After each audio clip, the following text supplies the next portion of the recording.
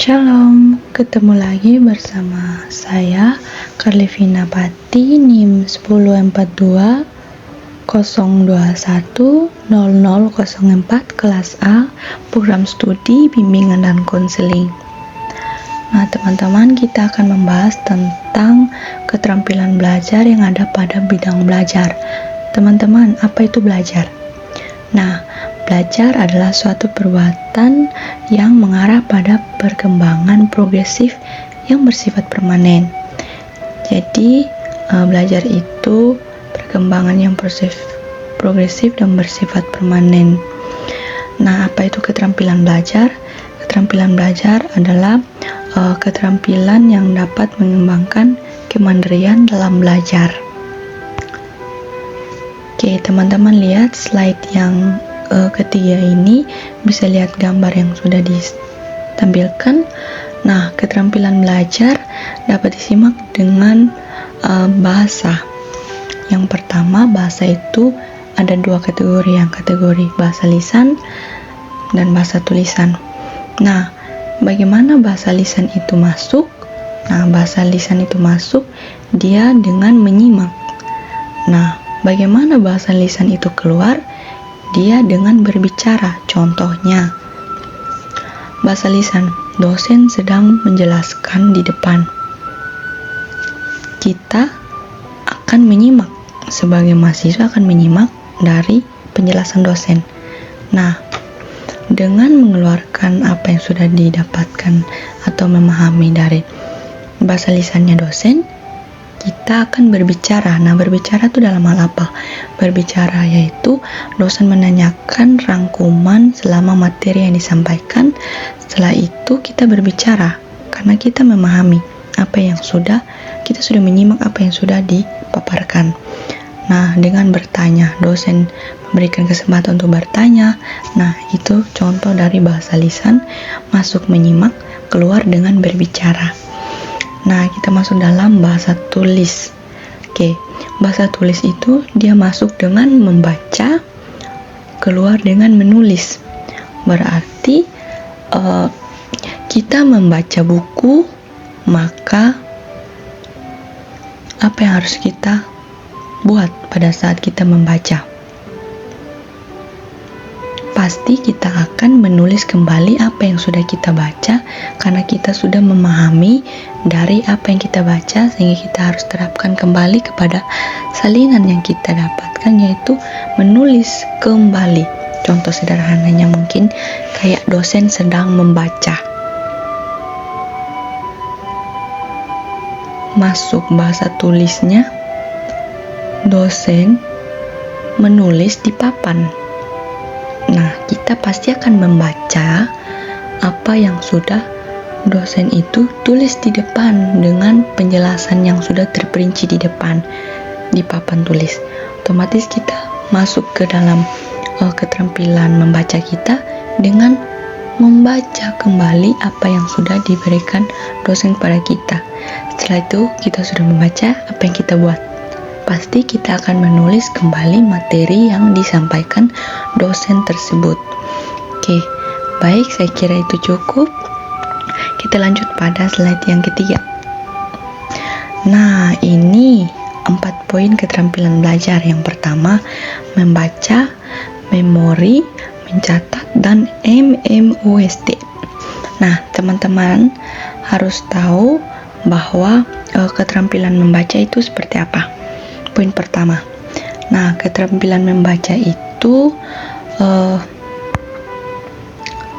proses mendapatkan ilmu pengetahuan melalui majalah, handphone, buku, brosur, atau apapun itu menggunakan indera penglihatan.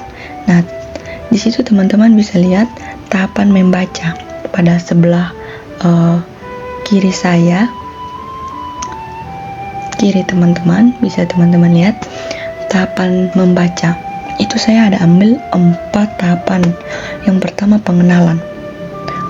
Pengenalan secara sederhana ya saya jelaskan, yaitu contohnya si A ini bercerita kepada saya tentang, wah, saya membaca buku kalau menjadi seorang konselor itu ternyata sangat bagus. Judulnya itu tips-tips menjadi guru profesional, guru BK yang profesional. Nah, itu tahapan pengenalan pertama. Tahapan pengenalan kedua, dosen menceritakan tentang permasalahan-permasalahan yang dia tangani melalui masalah-masalah klien atau mahasiswa dengan menggunakan metode teknik konseling atau bimbingan konseling teknik si A. Jadi dia merasa dia mulai tertarik akan hal yang sudah disampaikan atau akan hal yang disampaikan oleh orang-orang atau orang-orang terdekat itu dengan pengenalan. Nah, di situ dia mulai tertarik untuk membaca. Itu. Poin yang kedua, asimilasi. Asimilasi itu adalah kita membaca atau mendengar dari pengalaman, contohnya sudah tips menjadi guru BK profesional, maka kita menemukan keunikan dan karakteristik dari pengenalan atau konteks yang sudah kita dengar dan kita baca itu. Setelah itu kita mulai menemukan perbedaan. Setelah itu perbedaan yang kita dapatkan, kita mulai memahami dan mulai menyesuaikan dan menjadikan itu sama. Nah, kita lanjut pada poin yang ketiga. Poin yang ketiga itu mengingat. Setelah kita sudah mengasimilasikan, menemukan keunikan, karakteristik, dan mulai memahami dan menyesuaikan, maka kita perlu mengingat tips atau langkah-langkah yang sudah kita pelajari dari tahap pengenalan, asimilasi. Nah, kita mulai memilah-milah tentang apa yang sudah dibacakan itu. Setelah itu kita harus terapkan itu sebagai pedoman atau landasan untuk kita pakai dalam menyelesaikan masalah. Kita lanjut pada tips yang keempat, yaitu komunikasi. Nah, teman-teman, kalau kita sudah melalui tahapan pengenalan, asimilasi, mengingat, maka kita perlu penerapan dalam kehidupan nyata. Nah, penerapan dalam kehidupan nyata yaitu dengan cara berkomunikasi atau langsung dalam tahap pelaksanaan. Jadi kita akan mengkomunikasikan tentang apa yang sudah kita pelajari melalui menyelesaikan masalah dari klien tersebut. Jadi kita harus pakai tips, ternyata harus pakai tips ini menyelesaikan masalah ini. Jadi kita mulai mengkomunikasikan atau kita mulai melaksanakan penerapan-penerapan yang sudah kita pelajari. Oke, kita lanjut pada tips yang kedua, keterampilan memori. Keterampilan memori itu adalah proses mendapatkan ilmu pengetahuan dengan mengingat dan belajar. Keterampilan memori ini menggunakan indera penglihatan dan juga pendengar. Teman-teman bisa lihat di sebelah kanan teman-teman, yaitu peningkatan memori. Sinestesia. Sinestesia itu kata lain yaitu indera yang dipakai saat pengenalan materi. Jadi menggabungkan indera. Jadi sinestesia itu keterampilan memori itu kan dia memakai indera penglihatan dan juga pendengar. Otomatis kita harus membaca dan kita harus menyimak dengan mendengarkan materi atau konteks yang ada. Setelah itu peningkatan memori yang kedua, humor. Nah, di saat sinestesia itu kita sudah membaca, kita mendengar, maka kita mengingat memori. Peningkatan memori itu humor. Nah, humor itu karena kita menemukan keunikan yang ada pada konteks pembelajaran atau konteks yang sudah disampaikan, keunikan atau lucu dalam konteks tersebut, penjelasan tersebut mungkin ada yang ada hal-hal yang unik yang mampu kita pahami. Nah, itu yang disebut dengan peningkatan memori.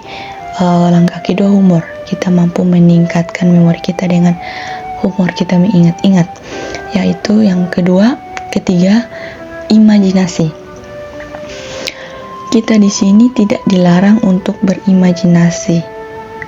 Dengan kata lain, imajinasi itu kita mengatur strategi.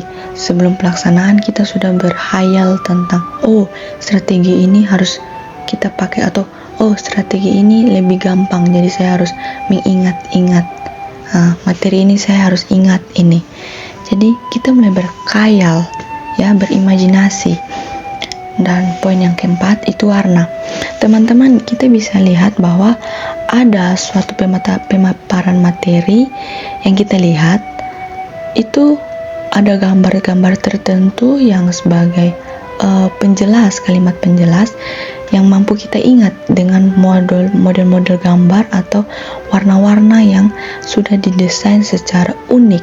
Kita mampu mengingat karena penjelasannya ini, metodenya ini, saya ingat gambarnya itu, warna ini, warna itu, unik sekali. Jadi itu maksudnya seperti ini, seperti itu. Jadi kita lebih mengingat dengan warna. Nah, yang terakhir, positivitas. Apa itu positivitas, teman-teman? Yang pertama, positivitas itu lahir pada diri kita sendiri. Kalau kita sudah mau menjadi seorang konselor, otomatis kita harus menanamkan hal positif dalam diri kita. Jadi, kita harus menanamkan bahwa, saya menjadi guru BK ini, saya harus terampil dalam menggali pengalaman, membaca, mendengar informasi-informasi tentang tips menjadi guru BK profesional. Jadi tanpa didorong oleh orang-orang sekitar, dia sudah menanamkan positivitas dalam dirinya tersendiri. Oke, teman-teman, kita lanjut pada gambar yang ada pada slide itu. Teman-teman bisa lihat ada gambar A, gambar B, dan gambar C. Itu adalah kemampuan mengingat memori selama belajar dalam 3 kategori. Jadi gambar A, teman-teman bisa lihat waktu belajar sama daya ingat. Nah, daya ingat itu dengan simbol anak panah. Jadi waktu belajarnya seimbang sama daya ingatnya. Jadi si A ini berpendapat bahwa daya ingat tetap sama selama belajar. Waktu belajar. Jadi di saat belajar maupun tidak belajar, pemaparan materi hari ini, besok lusa mungkin dia masih mengingat, bukan mungkin, tapi dia masih tetap ingat materi yang disampaikan. Nah, itu pemahaman si A. Gambar B, teman-teman bisa lihat waktu belajarnya itu stabil, tapi karena daya ingatnya menurun, maka si B ini berpendapat bahwa dia mengingat lebih banyak pada awal pembelajaran dan lebih sedikit di akhir pembelajaran. Nah, awal pembelajaran pada waktu itu dosen ataupun teman-teman menjelaskan pada dia, dalam waktu itu dia mampu mengingat, tapi mungkin seiring waktunya setelah pulang, mungkin besok lusa ditanyakan kembali, dia sudah sedikit lupa akan materi yang disampaikan. Nah, itu pendapat dari si B, gambar B. Teman-teman bisa lihat gambar C.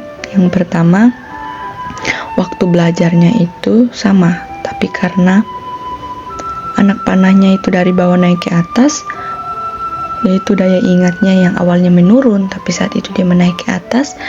Nah, itu si C ini berpendapat bahwa dia mengingat lebih sedikit di awal pembelajaran. Contohnya, di saat pembelajarannya itu dia tidak konsentrasi, tetapi pada saat akhir pembelajaran dia mengingat kembali materi yang disampaikan melalui pertanyaan yang disampaikan oleh dia kepada dosen atau dia kepada teman-teman tentang materi yang mungkin dia kurang paham. Nah, di situ pemahaman tentang pendapat si A, si B, dan si C. Oke, kita lanjut slide yang berikut. Teman-teman bisa lihat keterampilan mencatat. Nah, keterampilan mencatat ini proses memasukkan informasi atau pengetahuan ke dalam tulisan. Jadi, dia menggunakan indera peraba, indera peraba dan juga indera penglihatan dan indera pendengar ya. Mencatat itu dia mengkombinasi 3 indera. Jadi supaya dia mendukung keterampilan mencatatnya, perlu ada namanya kata kunci. Daya ingat kreatif yang pertama, frasa yang harus diingat untuk melahirkan rentang teks khusus dan dia luas makna. Jadi frasa itu ada 5 jenis frasa. Teman-teman bisa lihat 5 jenis frasa. Yang pertama frasa nomina. Apa itu frasa nomina? Frasa nomina itu gabungan kata benda. Jadi contohnya dia mau mencatat, berarti dia harus mengingat kata nomina. Contoh yang saya ambil sederhana yaitu Vina dapat hadiah ulang tahun berupa jam tangan mewah. Berarti kata bendanya yaitu jam tangan mewah. Nah, itu yang disebut dengan frasa nomina. Yang kedua, frasa verbal. Apa itu frasa verbal? Gabungan kata kerja. Contoh sederhananya, Vina pergi ke ruang BK dengan temannya Sinta. Jadi kata kerja dari frasa verbal ini adalah pergi ke ruangan BK. Nah, itu yang disebut dengan frasa verbal. Frasa verbal. Dan yang ketiga, frasa adjektiva, yaitu gabung kata sifat. Jadi contohnya, hari ini sangat panas dalam ruangan BK karena tidak ada AC. Jadi kata sifatnya sangat panas.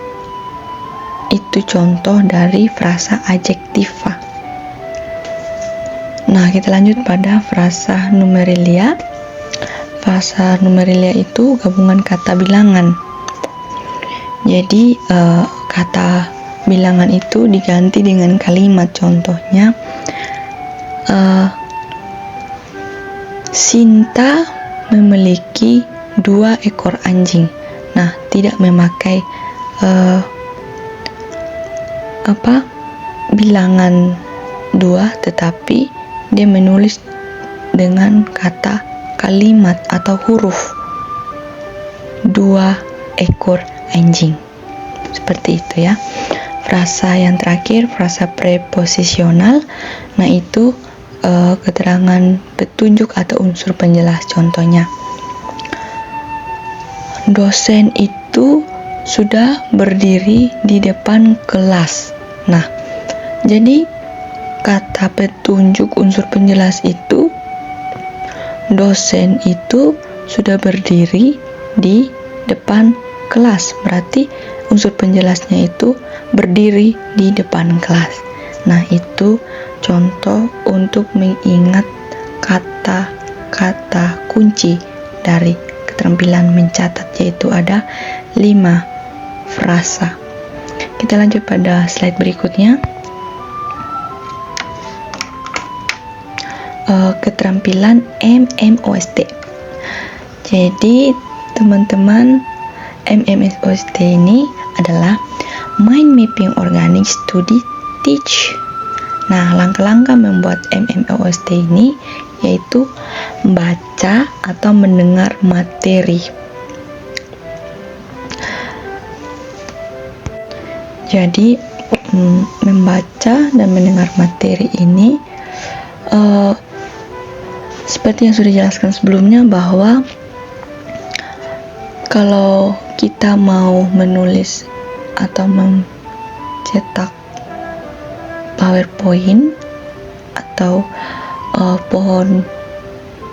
gambar pohon dengan berbagai peta konsep, maka kita harus perlu membaca atau mendengar materi kita buat peta konsep yang sederhana.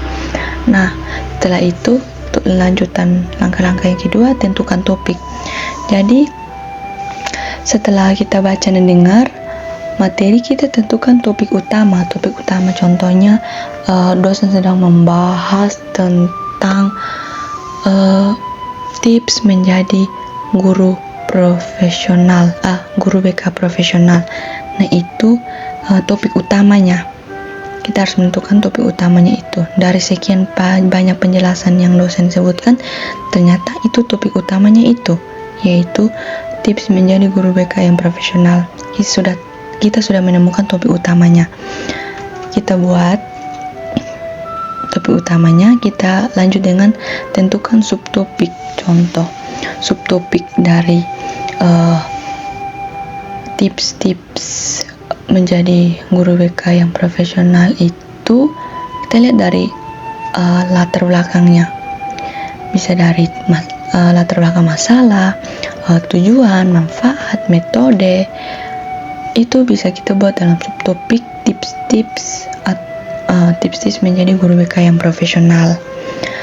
Setelah itu kita buat garis hubung. Nah, garis hubung itu pasti teman-teman sudah tahu bahwa untuk mendesain sebuah mind mapping itu perlu kreativitas yang sangat unik dan juga efektif. Jadi teman-teman harus sebisa mungkin itu mendesain peta konsep yang ada untuk dilihat dengan indah, menarik, seperti itu. Nah, tahapan yang keenam sudah yang saya jelaskan, yaitu hias peta pikiran atau peta konsep itu dengan sebaik dan semenarik mungkin. Oke, kita lanjut pada yang terakhir. Slide yang terakhir, teman-teman bisa lihat itu gambar guru BK ya.